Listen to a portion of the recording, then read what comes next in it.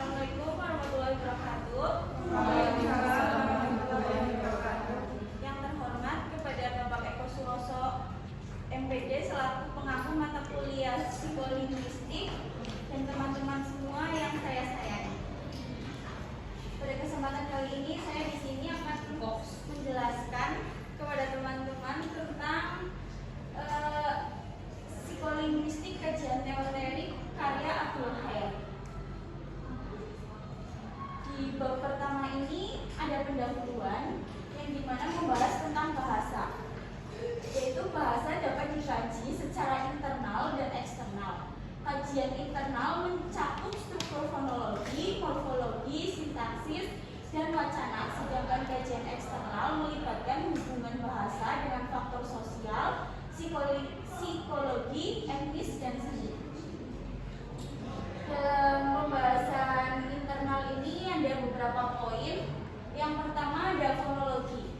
Fonologi adalah kajian tentang bunyi bahasa yang meliputi suara-suara bahasa, sistem bunyi dalam suatu bahasa, serta bagaimana bunyi tersebut diproduksi dan diorganisasi dalam suatu bahasa.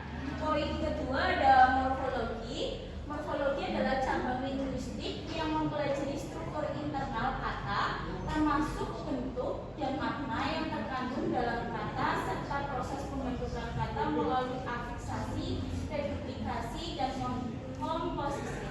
Poin ketiga ada sintaksis. Sintaksis adalah cabang linguistik yang mempelajari tentang bagaimana kata dalam suatu bahasa disusun untuk membentuk kalimat yang memiliki makna. Selanjutnya ada struktur wacana. Struktur wacana merupakan cara teks atau wacana disusun secara keseluruhan meliputi hubungan antar bagian teks seperti kalimat, paragraf, serta keselarasan dan koherensi dalam suatu wacana. Selanjutnya ada pembahasan eksternal. Poin pertama adalah psikologi, yaitu ilmu jiwa atau ilmu yang objek kajiannya adalah jiwa. Namun dalam perkembangan lebih lanjut, psikologi lebih membahas sisi manusia dari segi yang bisa diamati karena jiwa itu bersifat abstrak, sehingga tidak dapat diamati secara empiris, padahal objek kajiannya setiap ilmu harus dapat diobservasi secara indrawi. Selanjutnya ada psikolinguistik. Menurut Abdul Khair, psikolinguistik adalah cabang ilmu yang mempelajari hubungan antara bahasa dan pikiran manusia secara singkat. Psikolinguistik berfokus pada bagaimana proses mental seperti resepsi, pemahaman, memori, dan produksi bahasa mempengaruhi penggunaan bahasa oleh individu. Kajian ini mencakup bagaimana bahasa diproses dalam otak, sebagaimana seseorang belajar bahasa, dan bagaimana bahasa digunakan dalam situasi komunikasi sehari-hari. Psikolinguistik ini menghubungkan aspek psikologi dan linguistik untuk memahami cara bahasa kerja dalam pikiran manusia. Poin ketiga ada faktor sosial. Faktor sosial berkaitan dengan pengaruh status sosial, peran sosial, dan hubungan antar individu dalam masyarakat terhadap cara berbahasa. Faktor sosial juga mencakup bagaimana bahasa digunakan dalam berbagai konteks sosial, seperti dalam keluarga, tempat kerja, atau dalam komunitas tertentu.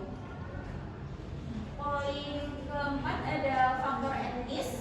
Faktor etnis ini berhubungan dengan pengaruh latar belakang etnis atau suku bahasa seseorang terhadap cara berbahasa.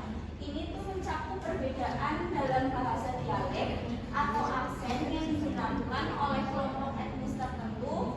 Faktor etnis juga bisa mempengaruhi sikap seseorang terhadap bahasa atau penggunaan bahasa tertentu dalam interaksi sosial. Poin kelima ada faktor seni. Faktor seni dalam kajian psikolinguistik mengacu pada bagaimana aspek seni seperti sastra, musik, atau seni rupa berpengaruh terhadap cara kita menggunakan bahasa. Misalnya karya sastra atau puisi seringkali memiliki gaya bahasa yang berbeda dari bahasa sehari-hari, yang bisa mempengaruhi resepsi dan pemahaman bahasa dalam konteks seni. Bab 2 ini membahas tentang sejarah perkembangan psikolinguistik. Psikolinguistik ini baru muncul pada tahun 1954 yang terdapat dalam buku Thomas Sepup dan Charles Osgood yang berjudul Psycholinguistic: A Survey of Theory and Research Problems. Namun, pada awal perkembangan psikolinguistik ini bermula dari adanya pakar linguistik yang berminat pada psikologi dan adanya pakar psikologi yang berkecimpung dalam linguistik, dan dilanjut dengan adanya kerjasama antar pakar linguistik dan psikologi. Kemudian muncullah pakar-pakar psikolinguistik. Pembahasan pertama yaitu ada psikologi dalam linguistik. Menurut Edward Sapir tahun 1884 sampai 1939, psikologi dapat memberikan dasar ilmiah yang kuat dalam pengkajian bahasa. Selanjutnya ada linguistik dalam psikologi. Menurut Kuhn tahun 1832 sampai 1920, beliau mengatakan bahwa bahasa adalah alat untuk melahirkan pikiran. Maka menurut Kuhn, setiap bahasa terdiri dari ucapan dalam bentuk bunyi atau isyarat lain yang dapat dipahami. Selanjutnya ada kerjasama psikologi dalam linguistik. Kerjasama ini dimulai sejak tahun 1860 oleh Heimann Stendhal, seorang ahli psikologi yang beralih menjadi ahli linguistik, dan Maurice Lazarus, seorang ahli linguistik yang beralih menjadi ahli psikologi. Dan kerjasama ini lebih erat dilakukan pada tahun 1901 di Jerman oleh Albert Stumm. Selanjutnya ada pembahasan mengenai tiga generasi dalam psikolinguistik. Yang pertama ada psikolinguistik generasi pertama. Psikolinguistik generasi pertama ini berfokus pada hubungan struktur bahasa dan proses mental dipengaruhi oleh teori linguistik struktural.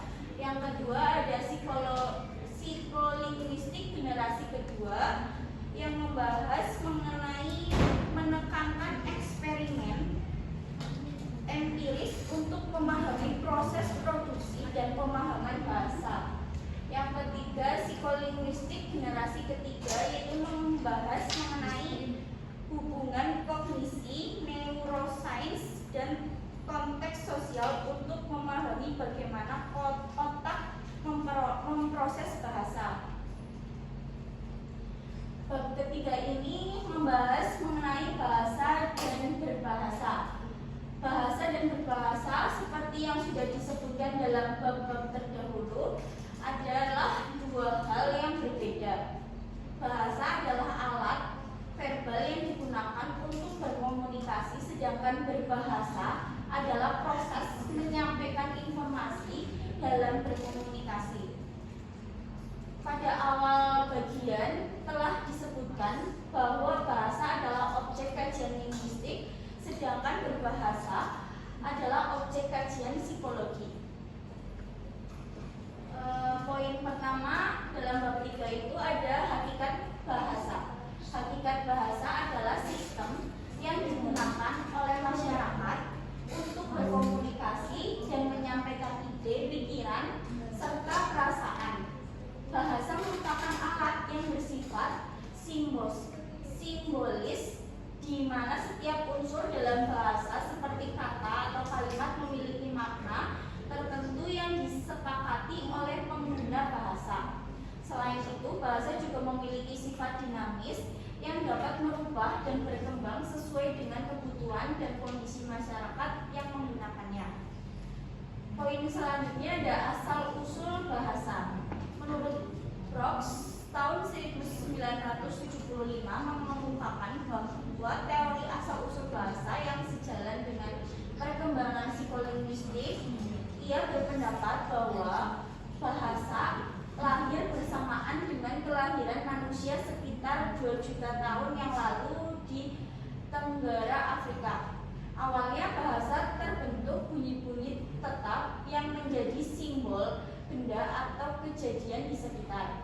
Bahasa terbentuk dari 4 unsur, yaitu ada bunyi, keterangan, bentuk, dan pilihan.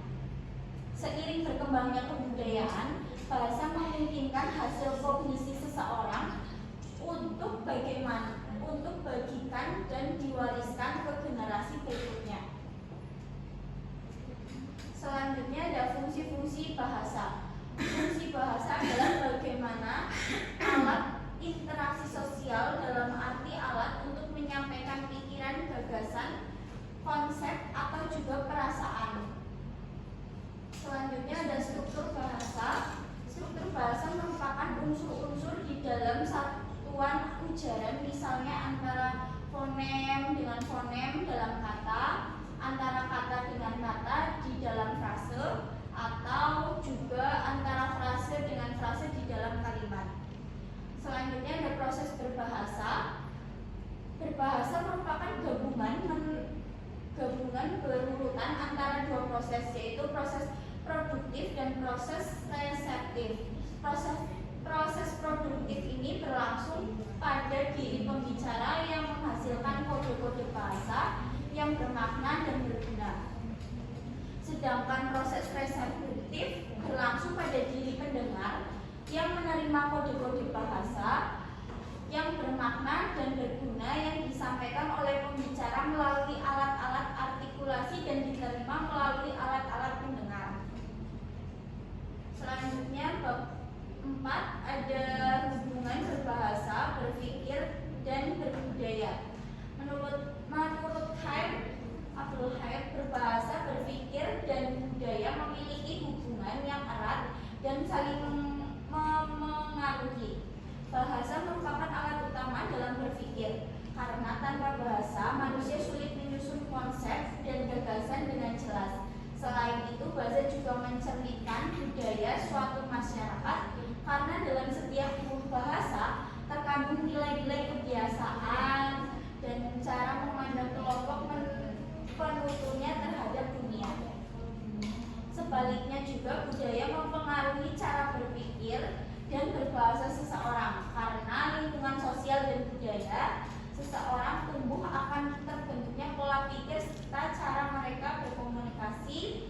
Dengan demikian, ketiga aspek ini tidak dapat dipisahkan, sebab bahasa digunakan untuk berpikir dan berkembang dalam suatu budaya tertentu.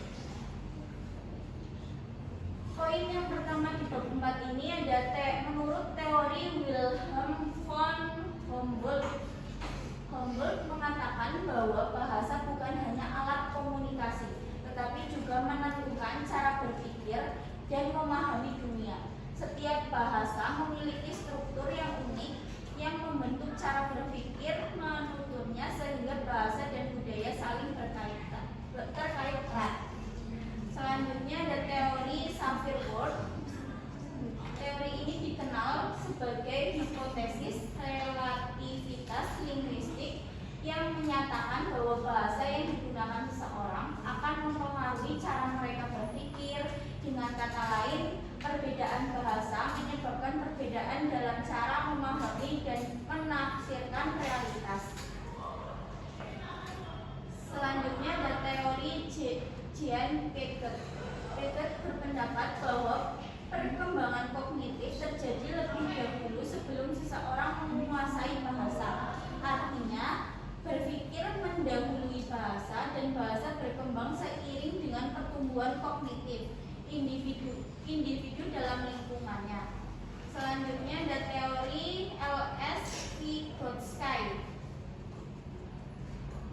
Berpendapat dengan Vygotsky menekankan bahwa bahasa dan pikiran berkembang secara bersamaan melalui interaksi sosial dan budaya. Ia berpendapat bahwa bahasa adalah alat utama dalam perkembangan kognitif dan melalui komunikasi dengan lingkungan sosial individu membangun pemahaman dan pola pikirnya. Selanjutnya bab 5 membahas tentang teori-teori linguistik. Dalam psikolinguistik, karya Abdul Hair berpendapat beberapa teori linguistik tentang memperoleh bahasa. Teori behaviorisme atau Skinner menekankan belajar bahasa melalui stimulus dan respon, sedangkan teori kognitivisme Piaget menyatakan bahwa perkembangan bahasa bergantung pada kognisi. Teori nativisme Chomsky berpendapat bahwa manusia memiliki kemampuan bahwa untuk berbahasa. Sementara teori interaksionalisme menekankan peran interaksi sosial. Jadi Abdul Khair berkesimpulan bahwa memperoleh bahasa adalah hasil dari interaksi antara faktor bawaan, kognitif, dan sosial. Yang pertama, menurut Ferdinand de Saussure, mengembangkan strukturalisme yang membedakan language atau sistem bahasa dan parole, penggunaan bahasa, serta konsep signifier, penanda, dan signified, petanda dalam tanda linguistik. Yang kedua, menurut Leonard Bloomfield, tokoh behaviorisme yang menekankan bahwa bahasa dipelajari melalui kebiasaan, stimulus respon, dan menguatkan dari lingkungan tanpa mempertimbangkan faktor N.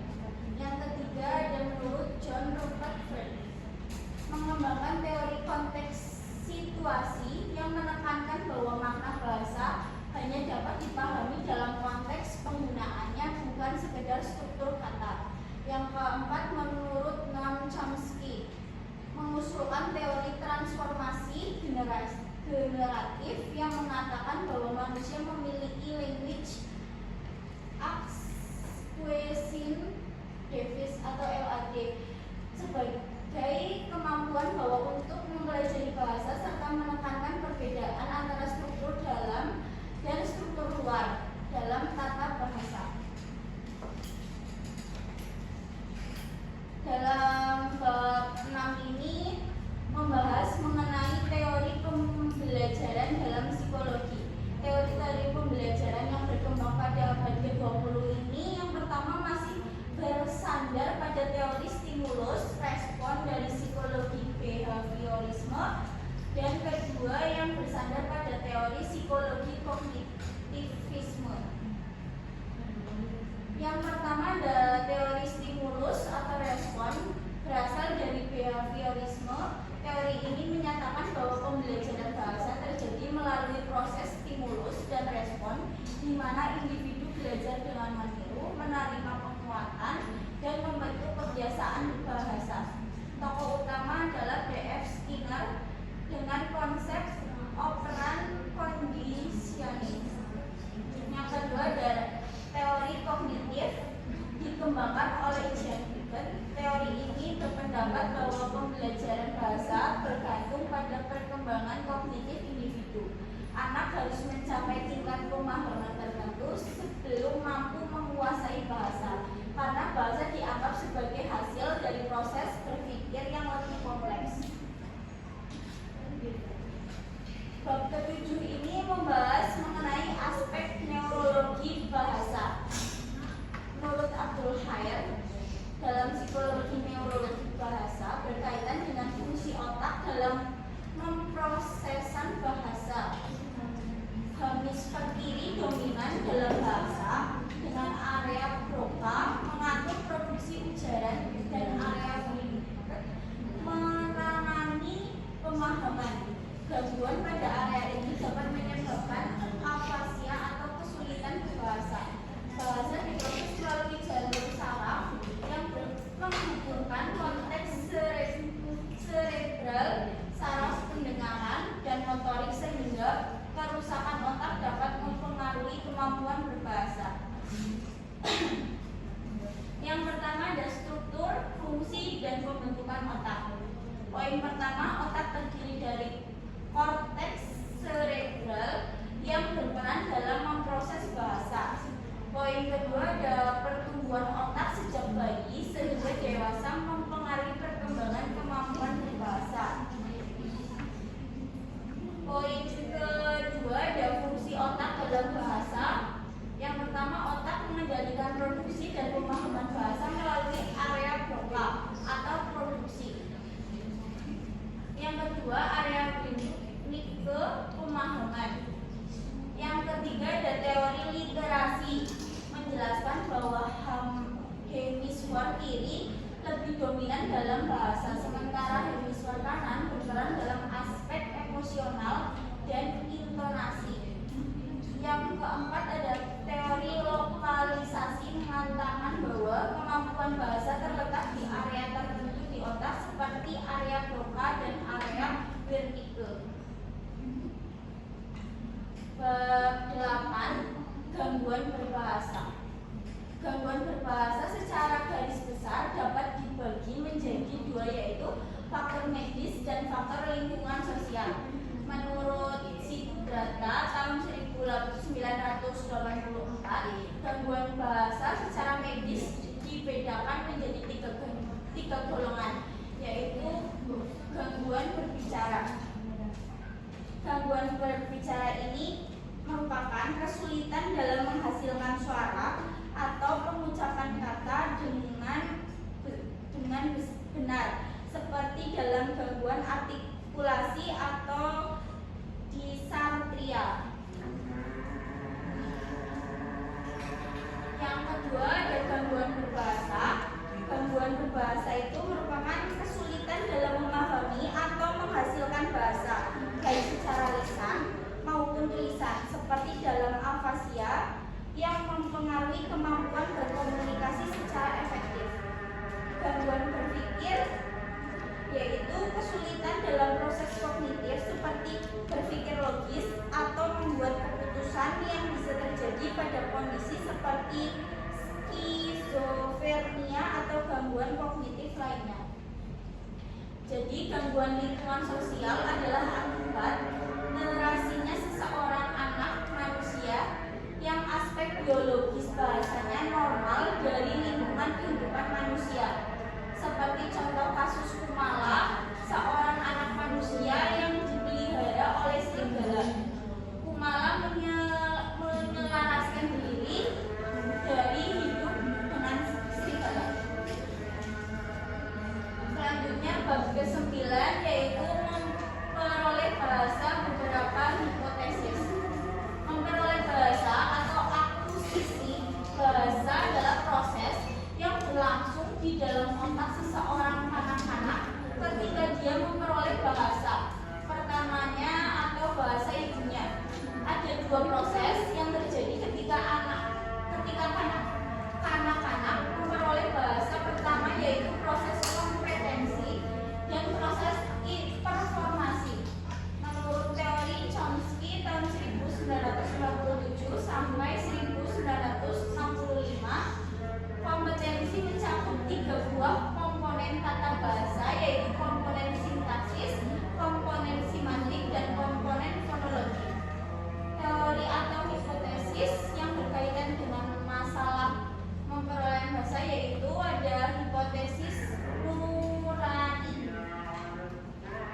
Hipotesis Nurani ini menyatakan bahwa manusia dilahirkan dengan kemampuan mental atau kecenderungan dasar tertentu yang sudah ada dalam pikiran atau kesadaran sejak lahir. Selanjutnya ada hipotesis tabula rasa, yaitu pendapat bahwa manusia dilahirkan tanpa pengetahuan atau pemahaman dan segala pengetahuan diperoleh melalui pengalaman dan pembelajaran. Selanjutnya ada hipotesis kesemestaan kognitif, yaitu menyatakan bahwa pemahaman atau pengetahuan kita tentang dunia bersifat universal dan struktur dipengaruhi oleh cara otak manusia memproses informasi secara sistematis. Di bab 10 ini membahas mengenai pemerolehan sintaksis.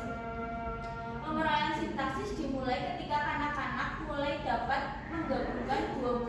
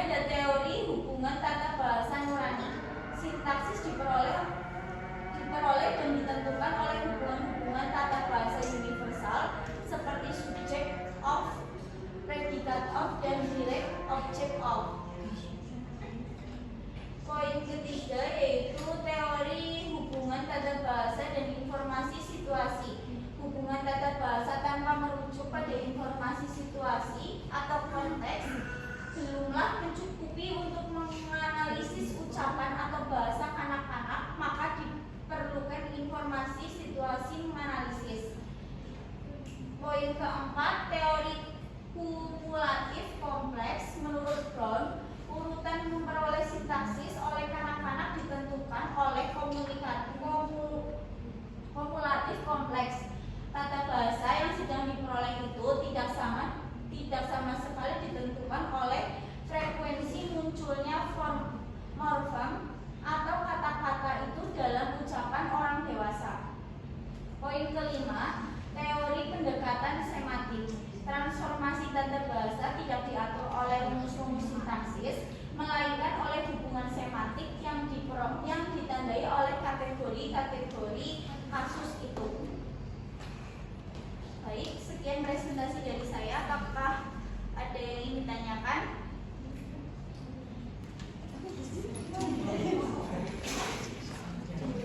Perkenalkan, nama saya Rida Fatin Maulia, NIM 29.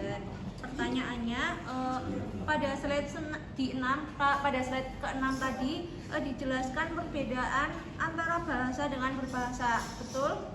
Nah, itu apa persamaan di antara keduanya? Antara berbahasa dan bahasa, begitu. Terima kasih. Baik, selanjutnya Mbak Amelia. Ya. Baik, saya izin bertanya. Saya Amelia Ramadudaya, Halaman 4. Tadi kan sudah dijelaskan ada beberapa aspek neurologi bahasa. Apa bukti dari aspek neurologi bahasa yang mendukung teori lateralisasi? Baik, saya akan menjawab pertanyaan dari Mbak Rida. Pertanyaannya itu pada slide ke-6 dijelaskan perbedaan bahasa dengan berbahasa. Lalu apa persamaan di antara keduanya?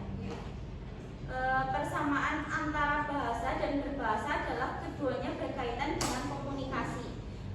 Bahasa merujuk pada sistem simbol yang dimana kata, tanda, atau isyarat yang digunakan untuk komunikasi, sedangkan berbahasa adalah proses atau tindakan menggunakan bahasa tersebut untuk menyampaikan pesan.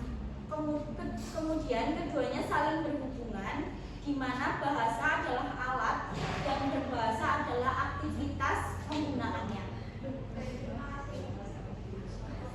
Baik, selanjutnya saya akan menjawab pertanyaan dari Mbak Amelia. Pertanyaannya yaitu apa bukti dari aspek neurologi bahasa yang mendukung teori literasi? Bukti dari aspek neurologi yang mendukung teori literasi bahasa adalah adanya pembagian fungsi bahasa di otak, yaitu di hemisfer kiri. Penelitian menunjukkan bahwa kebanyakan orang memiliki pusat bahasa yang terletak di area doka atau produksi bahasa dan rinike untuk pemahaman bahasa. Yang keduanya berada di hemisfer kiri otak. Selain itu, cedera pada sisi otak sering menyebabkan gangguan bahasa seperti afesia, yang menguatkan teori bahwa hemisfer kiri dominan dalam penggunaan bahasa. Sekian presentasi yang dapat saya sampaikan. Bila ada kata mohon maaf.